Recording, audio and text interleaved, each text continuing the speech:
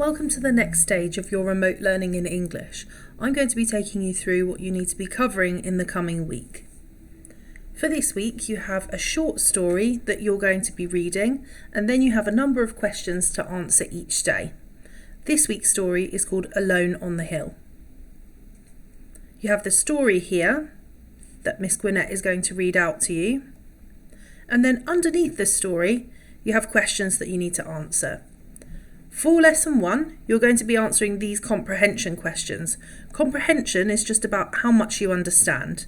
So you need to be writing your answers in full sentences so that we can understand how much you understand. Where is the house in the story? What does it look like? Where is the previous owner of the house? What is the name of the character who arrives at the house and how is she dressed? And what does the character take out of her pocket and why? So these questions are just to test that you've read and understood the story. Lesson 2 is about analysis. So what you're going to do is you're going to be faced with a number of different techniques, and then the idea is that you are starting to learn how to recognise and apply those techniques. The author frequently uses this term, personification. Okay, so in their writing, they're using this technique. So what that means, personification, is that they give the house human qualities. So it's a good way to remember it is that it's like a person. Okay, like the beginning of the word here, it's like a person. What we want you to do is find another example of the author using personification to describe the house. And so you need to then explain why you think they've used that personification.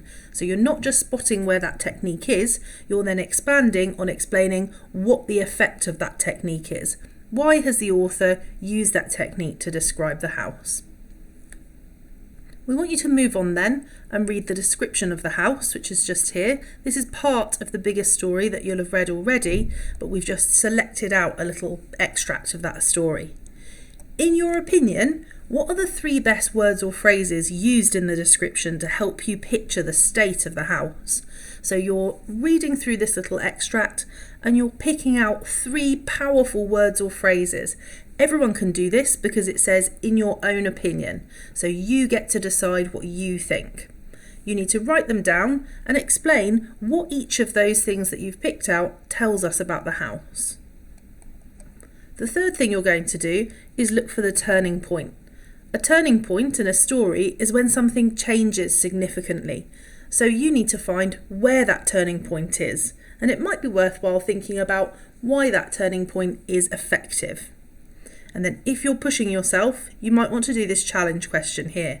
Why do you think Morgan is described as being dressed all in white? So you might want to think about the symbolism of this colour here as a way into that. And then finally, for lesson 3, this is about personal response.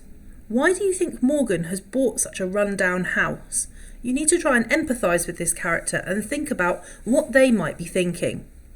Would you find it satisfying or enjoyable to fix up a house like Morgan? Why or why not? We can all answer these questions because it's just about thinking of what's our own opinion on these questions and on the things that are happening in the story. And then finally, did you enjoy this story? Why or why not? Give us your opinion. Think about why you enjoyed reading or listening to this story. Think about why you thought it might not have been as effective.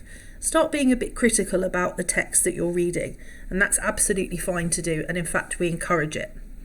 Okay, well I hope you enjoy this week. Good luck with it, and please do let your teachers know if there's anything you don't understand or you're struggling with. Take care.